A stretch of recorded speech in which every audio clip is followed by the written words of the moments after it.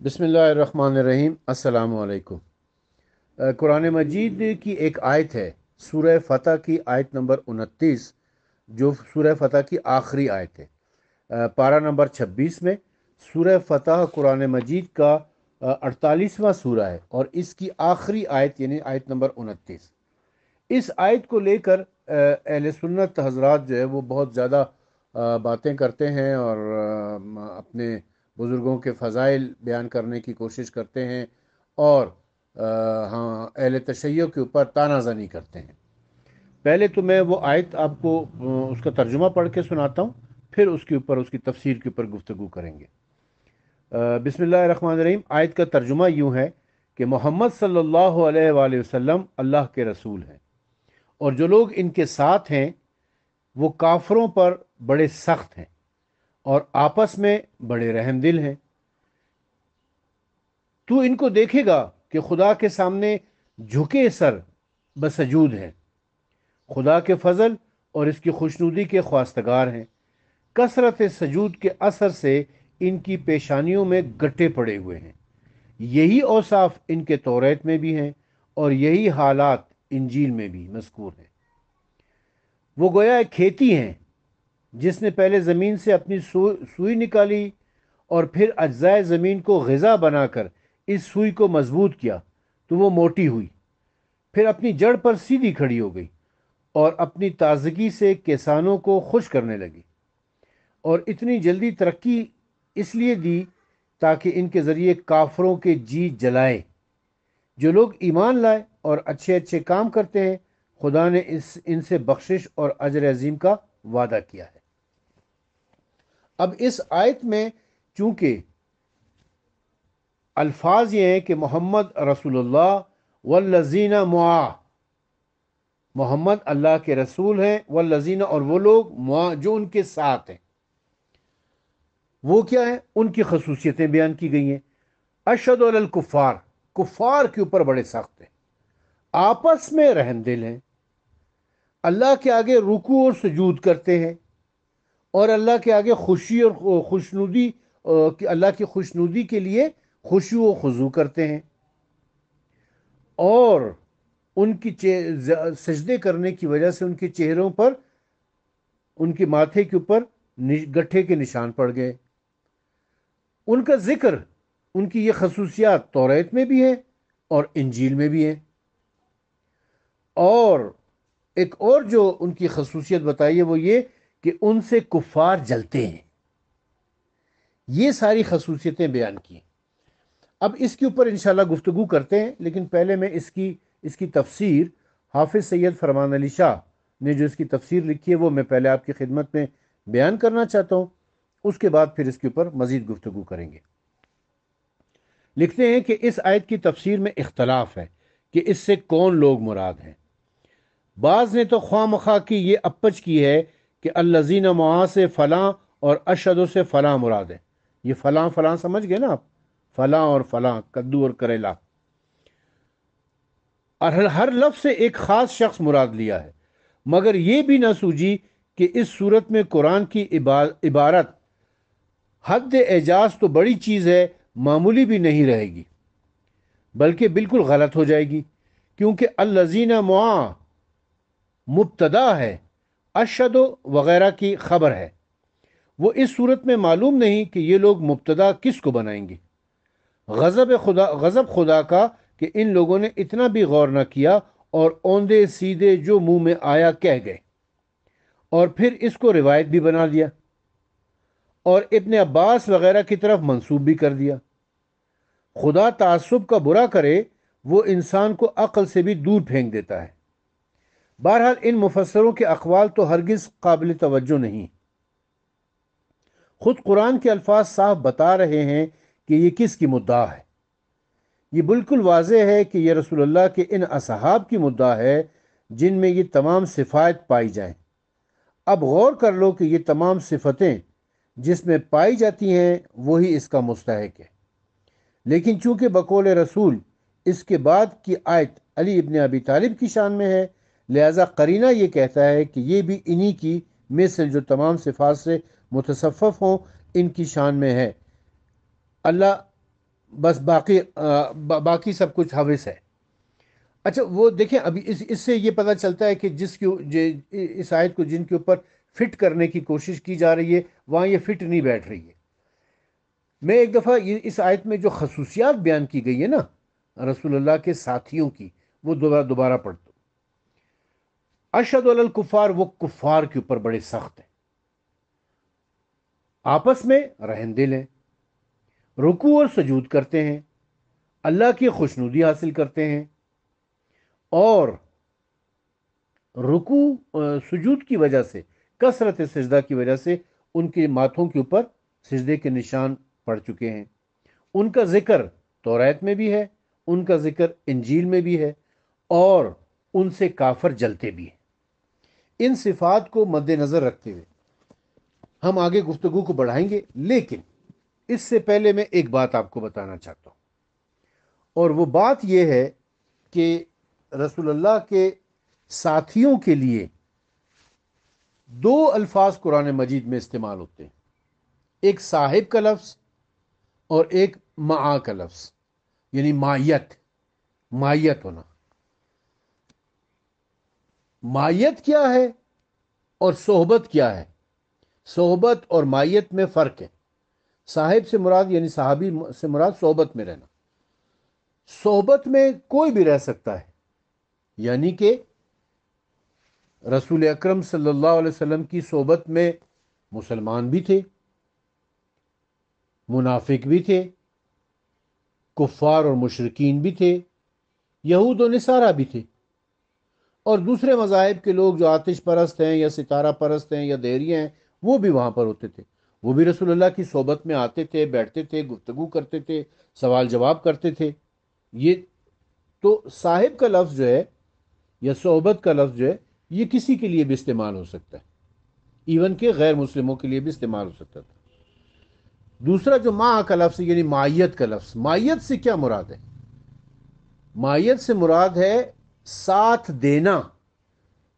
صاحب سے مراد ہے ساتھ ہونا، مائیت سے مراد ہے ساتھ دینا۔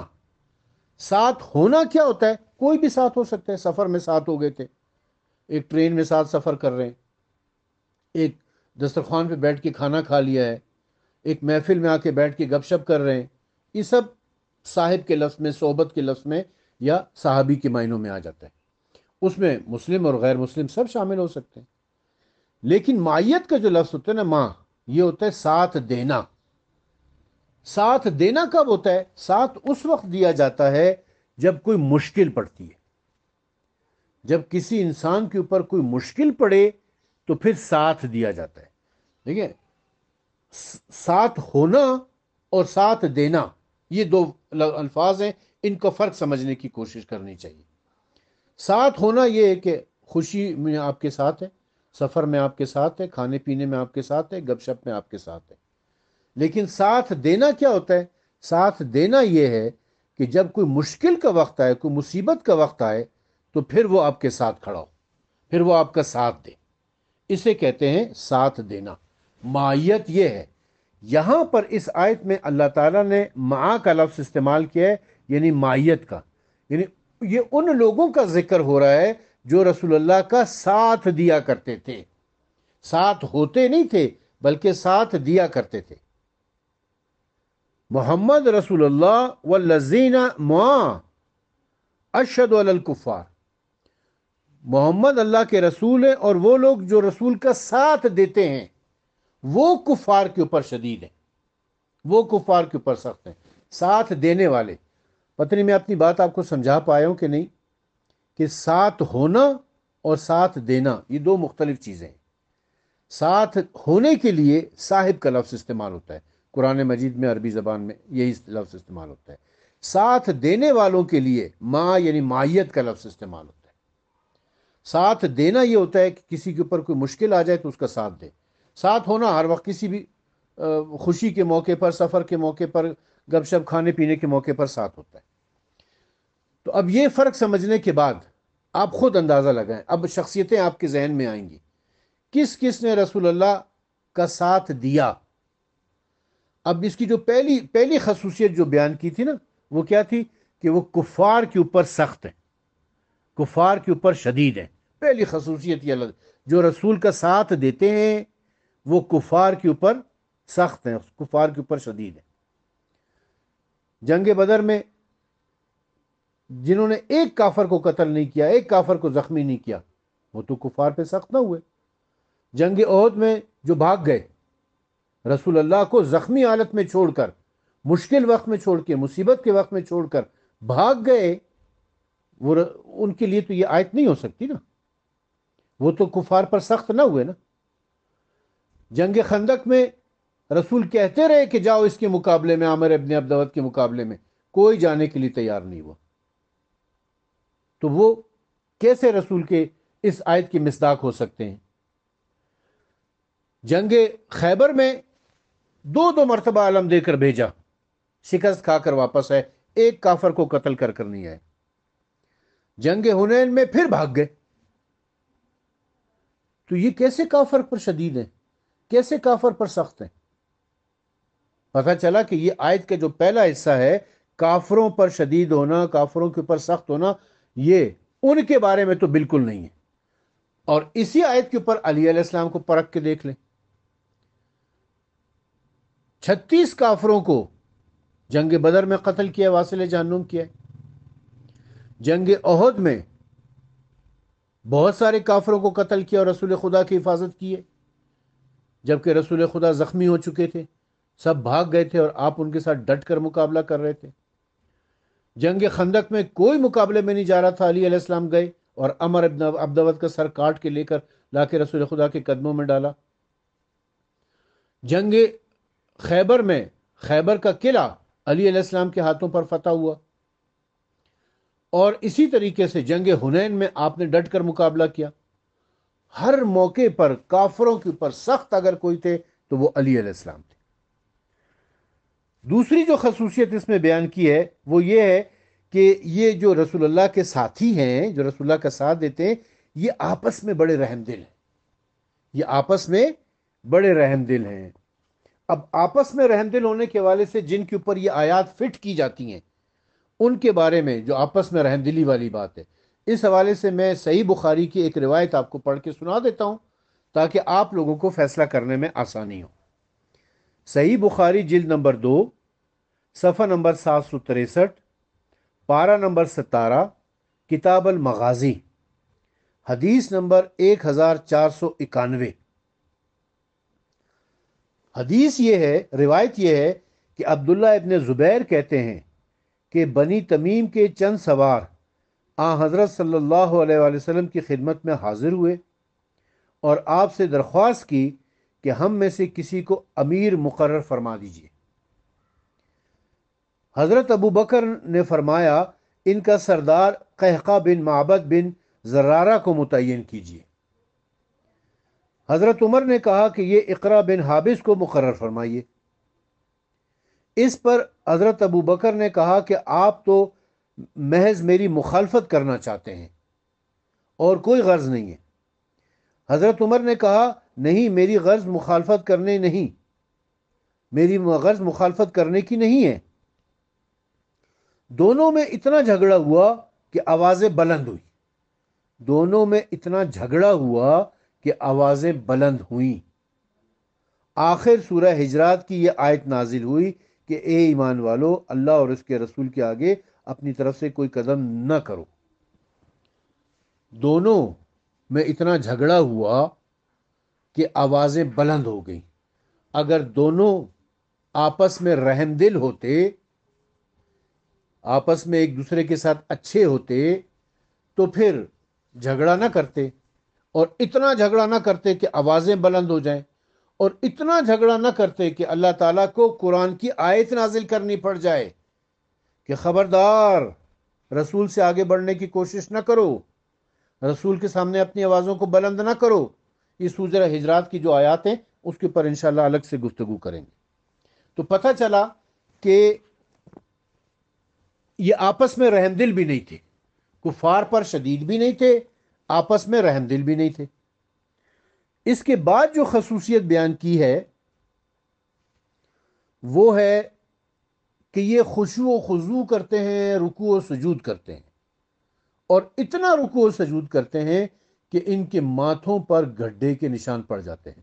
اچھا، اب علی علیہ السلام اور ان کے ساتھیوں کے بارے میں جامع ترمذی کی روایت ہے، اور اس کے علاوہ بھی مختلف کتابوں میں، کہ جنت 4 لوگوں کی مشتاق ہے۔ وہ 4 لوگ کون ہیں؟ مقداد بن اسود، ابو ذر غفاری، سلمان فارسی اور علی علیہ السلام۔ اور یہ وہ 4 تھے، اور بعض روایتوں میں عمار ابن یاسر کا نام بھی ہے۔ یہ وہ لوگ تھے کہ جو خشوع و خضوع کرتے تھے، جو رکوع و سجود کرتے تھے، جن کے ماتھوں پر سجدے کر کر کے گڈھے کے نشان پڑ گئے تھے،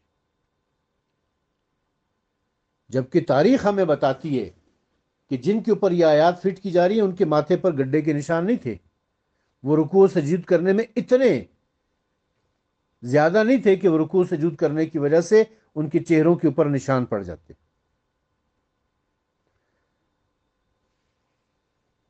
اور آپس میں یہ لوگ بڑے رحم دل بھی تھے۔